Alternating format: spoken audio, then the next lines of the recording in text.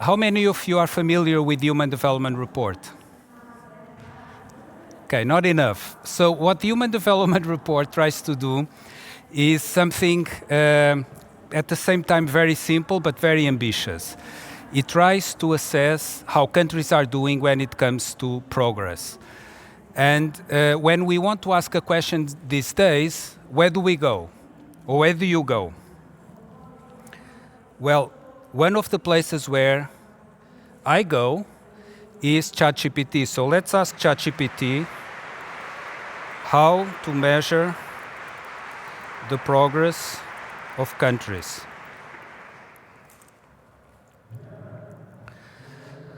So, measuring the progress of countries involves a combination of economic, social, environment, and political indicators, no single metric. Then it describes a number of them, economic indicators, and the first one that appears is GDP, gross domestic product. So often when we think about performance of the economy or progress of countries, we think of economic indicators and particularly GDP. Now, the human development approach emerged as an alternative or a complement to economic indicators and GDP, and we introduced something called the Human Development Index. How many of you are familiar with the Human Development Index? Very good, some more.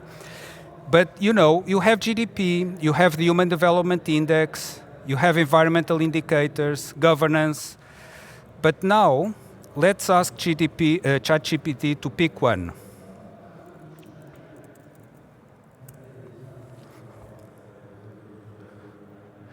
It goes with the Human Development Index. I'm not faking it. You know, this is real time. And there's a reason why the Human Development Index is resonating, because it coincides or tries to account for this notion of human development, which is essentially the idea that people anywhere should be able to live their lives to their full potential. And so the Human Development Index is the metric that we favor to try to capture this notion of human development. And it combines the performance of the economy, but also looks at achievements in health and education. Now let me start with, Mathis, if you can help me with my presentation. So every human development report essentially has two aspects, two legs to it. One is an assessment of the state of human development, and the second is a theme. So the theme of this year's report is artificial intelligence, and we explored how artificial intelligence intersects and interacts with human development.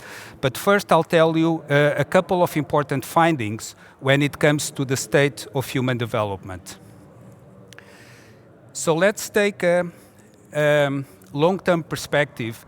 This is the evolution of the Human Development Index, the Global Average Human Development Index, from the turn of the century, 2000. If you were to go back to 1990 when we started, you would see a straight line like this that was disrupted in 2020 and 2021. But look at what's happened more recently. This is the trend that we expect global human development to continue on from now towards the future, and contrast this trend with the trend that we were on before this disruption in human development. So the difference between these two lines corresponds to a loss in human development, a loss in human potential, a loss in this ability of people to live lives to their full potential. And if the line somehow does not bend, this represents a very long-term loss in human development, potentially a permanent loss in human development. Moreover, the progress in human development that we see today is the slowest on record. Never had we had, since 1990, such a slow progress in global human development. More concerning, perhaps, is the fact that the difference in the human development of countries at the top and countries at the bottom, which is represented by the blue line here in this chart, was narrowing, was shrinking for many decades. But over the last 4 years, we saw an increase in the difference. So there is sort of divergence from after many years, decades of convergence, we see now a divergence in human development. In other words, countries at the bottom are becoming further away from those at the top. So it's in this context that we examine the potential of AI to be harnessed to augment human development. And one of the ways in which we did this was by asking people, like Toby did to you at the beginning of this session. We asked people around the world at all levels of income, all levels of human development, if they're already using AI. And we found that around 20% of the population at all levels of the Human Development Index were indeed using AI. And we also asked another question that Toby asked you. Do you expect to use AI within the next year? And here the numbers jump. And they jump particularly for respondents in lower levels of the Human Development Index, where we see that 2/3 of the population in lower Human Development Index countries, so in poorer countries, in poorer parts of the world, expect AI to be part of their lives in the world of work, health, of education. So our report is an attempt to give a response to this expectation. This is not a prediction of what's going to happen. This is what people expect. People expect AI to be part of their lives. And to understand how AI can advance human development, we took a step back and to try to understand what can AI do that is new and different compared to the previous digital tools. So one of the things that is new and different is that AI, as you just saw, can respond in natural language to questions about topics that interest you. And this can be very empowering because it provides access to information, to expertise, to know-how in a very decentralized and new way. But, there's always a but, the responses are biased. So what you see on this slide is that the responses of ChatGPT tend to be much more aligned with the way in which people in very high HDI countries respond to one of the most important surveys, which is the World Value Survey, and that this correlation, this alignment between what you get from the ChatGPT and the way in which people respond, humans respond to the survey, declines as you move down towards lower levels of the Human Development Index. As you know very well, AI can also make things up. It has no real concept of the truth. That's why I was a bit nervous when I was asking ChatGPT, maybe it was going to hallucinate, and who knows what it was going to respond. And I think this characteristic feature of AI is very important, because unlike with different digital technologies, it's dangerous to fully delegate to AI human decisions. So you can delegate some decisions, we can automate some decisions, but it's dangerous to do it in the same way we did with previous digital tools, in part because of this hallucination. And it's important to have this evaluation by humans of the output of AI. And one of the reasons why this is important is that it creates many more opportunities for people and AI to work together.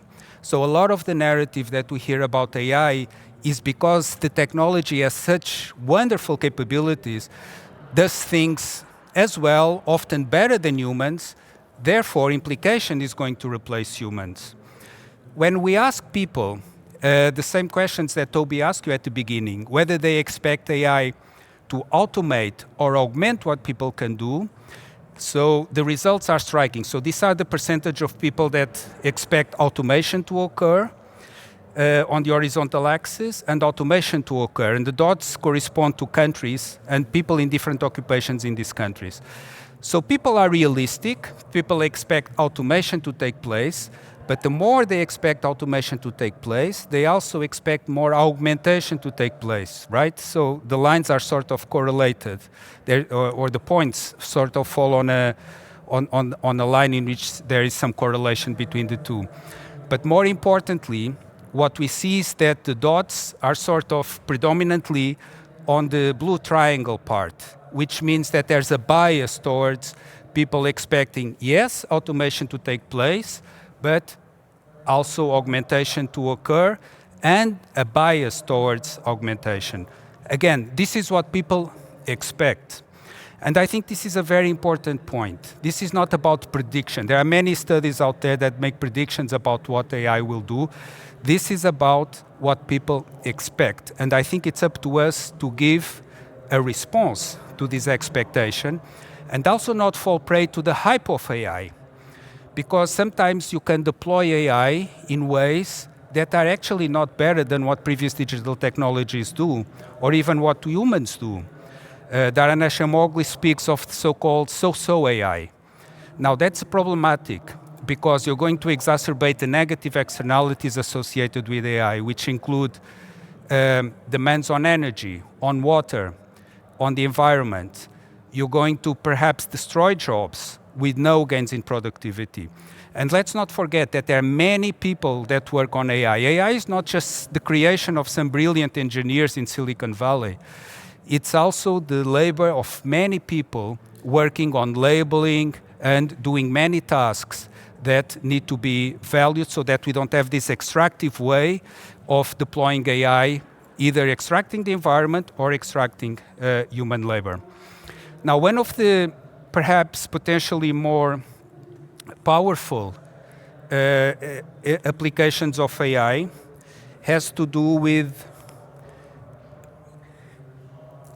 the fact that AI has the potential to be not only an invention, but the invention of a method of invention.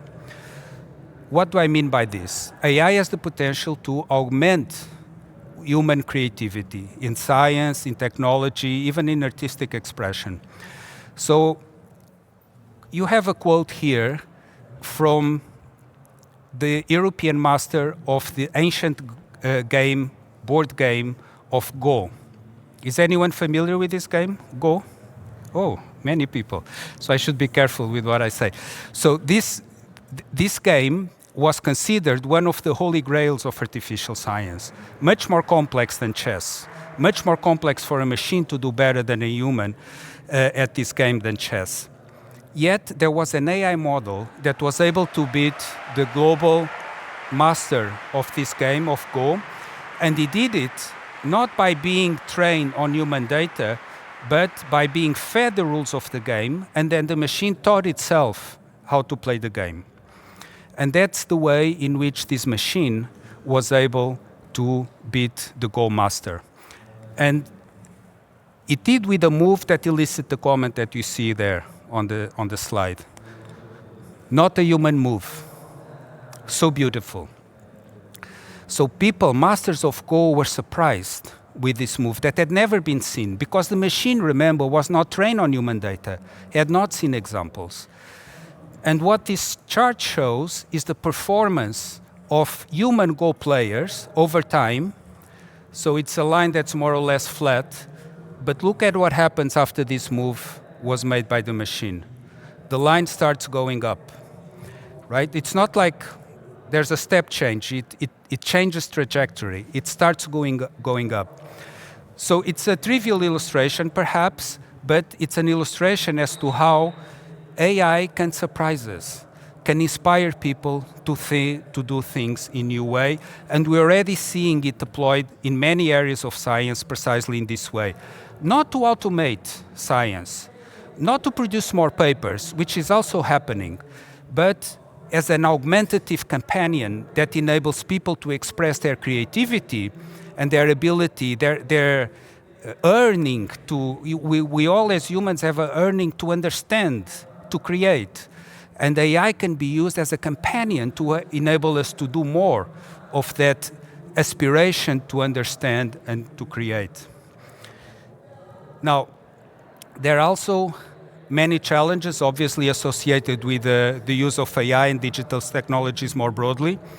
I'll only mention one, because in the report, one of the things we do is to try to look at AI across different life stages. And what you see on this chart is mental well-being across these different life changes. So from younger people towards older people, how do people report their mental well-being? And you see that the lines go up, meaning that younger people report lower levels of mental well-being than older people. Now, these curves used to be much more like U-shaped. So younger people used to report higher levels of mental well-being than people sort of in the middle of the age distribution, and then it would increase again towards older people. So obviously this is something very complicated, and I know there have been sessions in Republica here looking at this quite carefully. There are many factors that come into play, but the fact that this shift in the curve coincides with the deployment of digital tools and AI, and particularly AI that was used to power recommender algorithms, recommender systems in digital platforms, in social media platforms, has some association with these very broad changes in well-being, particularly for young people. So I'll just conclude with a highlight of the 3 key recommendations that emerge from the report. First, we suggest that it's important to build what we call a complementarity economy, so that we look at AI as something that is not geared towards replacing people, but something that augments and can complement what people can do. Secondly, innovation with intent. So the idea here is to harness AI as this invention of a method of invention, something that can enable us to expand our creativity. And then third, investing in capabilities that count. This means that the big divide perhaps going forward is likely to be less between people and AI, and much more between people with the ability to use AI and people that fail to have that ability and those capabilities. And my final point is to suggest that this is a report that's not making predictions, but it's an invitation to reclaim choices. And I think this is a theme also over the last 2 days that I heard here in Republic, this notion of reclaiming. We should not defer the choices about evolution and deployment of this technology to tech leaders. We should not be afraid of not understanding the technology, because ultimately the impact is not going to be determined by the technology as such, but it will be determined by how we make use of it and whether we make use of it to advance human development. Now, I'll just conclude by mentioning these images. I don't know if you like them or not, but you saw a number of images along with the graphs that I showed. And I just wanted to invite you, I don't know where Mathis is, to take a look at the video of the designer that produced these images. Let's take a look at the video. Thank you. Hi, my name is Teresa Marquez, and I'm an art director and graphic designer. I'm truly honored to have had the opportunity to develop the concept and design for this year's Human Development Report. Until now, I mostly used AI tools as an assistant, but for this project, I took the opportunity to use generative AI as a tool to help generate the cover image and break pages. The concept I together with the team first developed centered around portraits of modern people, each created in the style of a different historical era or culture, with subtle references to today's technology. I wanted to evoke a sense of continuity, that AI is not a break from the past, but part of a longer human story. A story in which new tools, like AI, augment our creative possibilities and open new directions for human development. As a designer, a profession sometimes predicted to be replaced by AI, I have mixed feelings using these tools. Am I undermining mine and my creative colleagues' craft?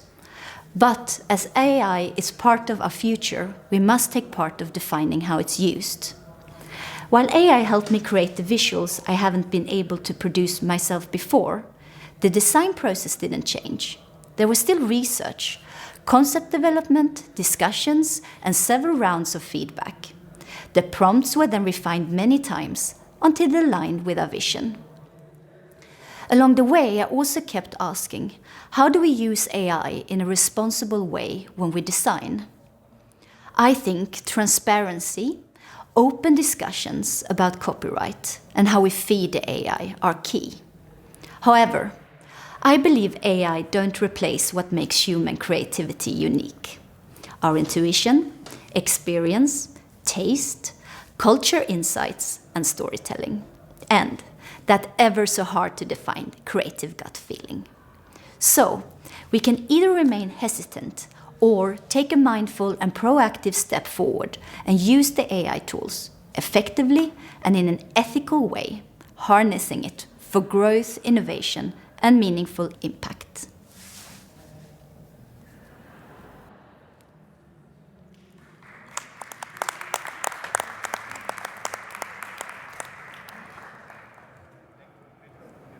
Such a great overview. I now want to invite our second speaker to join me on stage. Rose Mutiso is a scientist and social entrepreneur. She is the founder and executive director of the African Tech Futures Lab, a new African-led institute focused on emerging technologies in energy, climate, and digital systems. Very warm welcome, Rose. Thank you. Hi, everyone. Thank you so much to the team here for having us. We're usually in more dry and boring development conversations. It's very exciting to be here with the energy of Berlin and this really cool, exciting conference. This is a conference that has had the best lighting of any conference I've ever spoken at, so thank you. Okay, so I'm somebody who comes at AI from the perspective of, I watch global disruptions, all sorts of global disruptions, and you'll see disruption, and you'll see in my talk, it's not just AI, I think about climate, I think about energy, but the other thing I do is I try to add an African lens, and so this talk is just my attempt to weave these different narratives, which is AI as this kind of global force, this disruptive force, and with a lot of uncertainty, and what we can learn by infusing perspectives from Africa, perspectives from other disciplines. So hopefully I'll succeed in kind of weaving a tapestry that makes sense. So I'll start, as others before me have done, with a quick, very unofficial straw poll. So hands up if you think that AI is a miracle. Okay. Hands up if you think that AI is a menace. Okay, so I think we're kind of biased. There was a bit of double counting, but biased probably more in the menace side, though, not everyone voted. So, okay, clearly, this is a polarizing topic, not just here in Berlin today, but across the globe, AI is being cast as either a savior or a villain, and Africa is no exception. On one side, utopian headlines promise AI-driven prosperity for Africa and other poor countries. So the end of poverty, the end of disease, and a new age of digital democracy. On the other hand, dystopian warnings loom, so that AI will bring algorithmic control, mass surveillance, and deepening global inequality. The truth is, we live in a complex reality and not in a binary world. So this miracle versus menace framing doesn't really hold up, AI, like most technologies, has the potential to both improve and worsen different aspects of human welfare in ways that are difficult to predict and fall on a very broad spectrum, anywhere from catastrophe to miracle. So binary thinking is not just simplistic. It doesn't just obscure this complexity, but it's dangerous because it either paralyzes us into indecision or it pushes us towards bad choices. And in Africa, where structural constraints such as fragile institutions, endemic poverty, and weak infrastructure, these constraints already narrow our room to maneuver, and the cost of bad decisions are really high. If you're a poor country, you need to make good decisions. You do not have room for maneuver. This is something I'm really interested in, is how do you decide in the face of complexity? How do you make decisions? How do you steer? How do you choose this way or that way? So we need a better way to navigate uncertainty, and in particular to navigate AI uncertainty.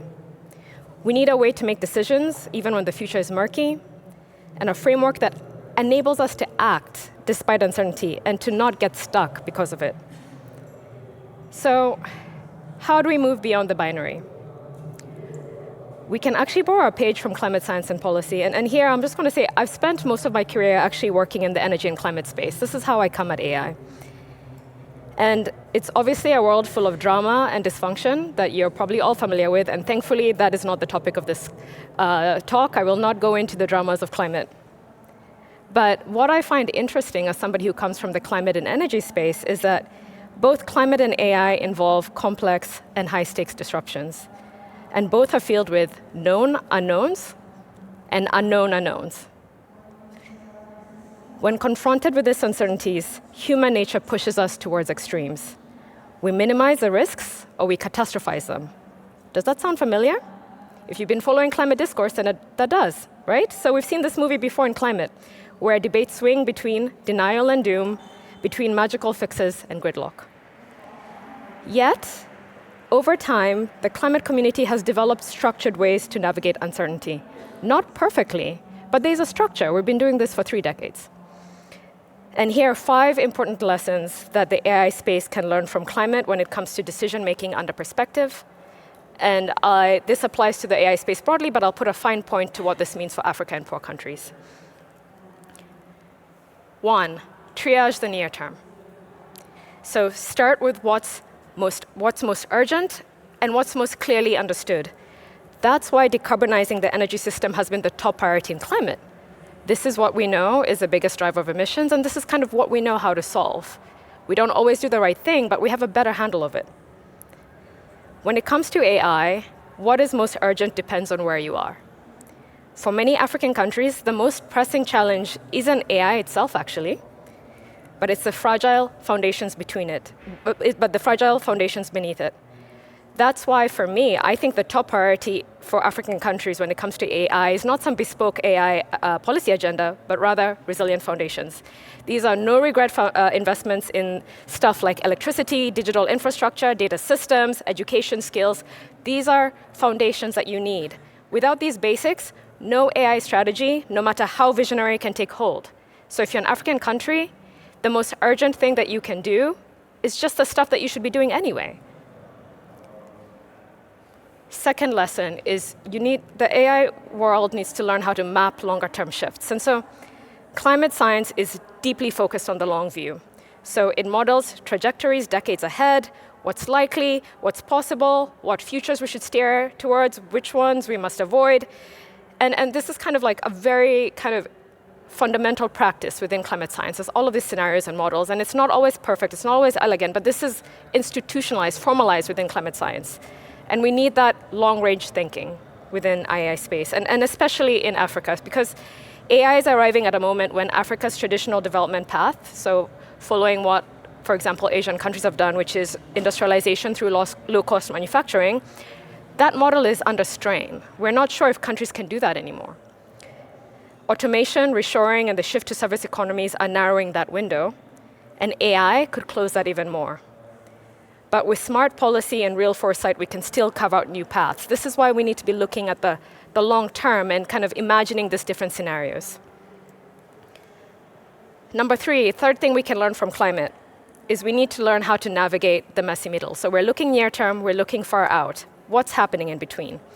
This is a zone where feedback loops, second-order effects, and social consequences emerge. And you can't manage this with fixed roadmaps. That's why every time people are fixated on, we need a roadmap for AI, we need this and that, really rigid solutions. You can't manage this kind of middle complexity with those kind of fixed approaches. It demands constant reappraisal. In the climate world, we formalize this through regular review cycles, updating emissions scenarios, refining models, stress testing assumptions. And these processes aren't always elegant, but they create inbuilt mechanisms for course correction. So you're always appraising, you're always making sense. And AI actually needs something more dynamic, because the technology is evolving so rapidly that even leading experts can't predict its trajectory 6 months out. That means AI strategy must be radically adaptive, with tighter feedback loops, faster iteration, and a willingness to change direction as new risks and opportunities emerge. Fourth thing that we can learn from climate is you need to track the wildcards. So there's actually a flank within climate science and policy that is focused on exploring and understanding important knowledge frontiers, such as tipping points, worst-case scenarios, low probability, high-impact events. This frontier coexists with the center. It coexists with the functional, linear planning part of climate. There's a part of climate that is looking at disruptive wildcards. AI, of course, has its own frontier, artificial general intelligence, runaway capabilities, and other extreme but plausible scenarios.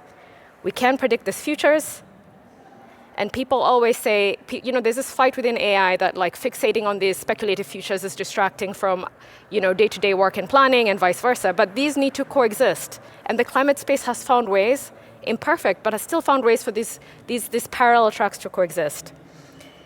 So we can predict these futures, but we need to track them and we need to prepare for them. For Africa, that doesn't mean obsessing or getting overly distracted by speculative futures. So there's a lot of criticism of should we even be wasting time thinking about these speculative futures? We have like real things to do now. So we shouldn't overly obsess, but we need investment. We need to build a small but serious capacity to engage with these out there futures that look like they're from science fiction. This means investment in independent research and a seat at the global table where AI's future is being shaped. Because in this space, as in climate, being blindsided is not a luxury that we can afford. Finally, the fifth thing, and this is something that is close obviously to the HDR team's heart, is centering people. So it's actually taken the climate space too long to realize that effective action is not just about tons of carbon dioxide. That used to be the organizing frame in climate for a long time. We've had this slow evolution, and it's not yet perfect, but we're in the climate space where we're refocusing on people. That climate action is not just about surface temperature and carbon dioxide emissions. It's about people, their well-being, their livelihoods, their aspirations, about the social, economic, and natural systems that anchor human existence and human flourishing. Here's one example from climate in the African context. When you center human development in climate, the most important climate strategy has nothing to do with emissions. It's about ending poverty. Because Africa contributes too little to emissions, and poverty is one of the strongest predictors of climate vulnerability, the poorer you are, the harder it is for you to adapt. So lifting people out of poverty becomes a powerful climate solution. So you see that kind of reframing that happens when you center people instead of a technology. It can really be radical. And so AI is no different. It's not an end to itself. It's a tool, and it's one that should serve people and not the other way around. So in closing, I think for me, if there's one takeaway I'd like you to go home with is that Africa's best bet when it comes to AI is to build resilient foundations. We don't have all the answers, but we already know enough to act.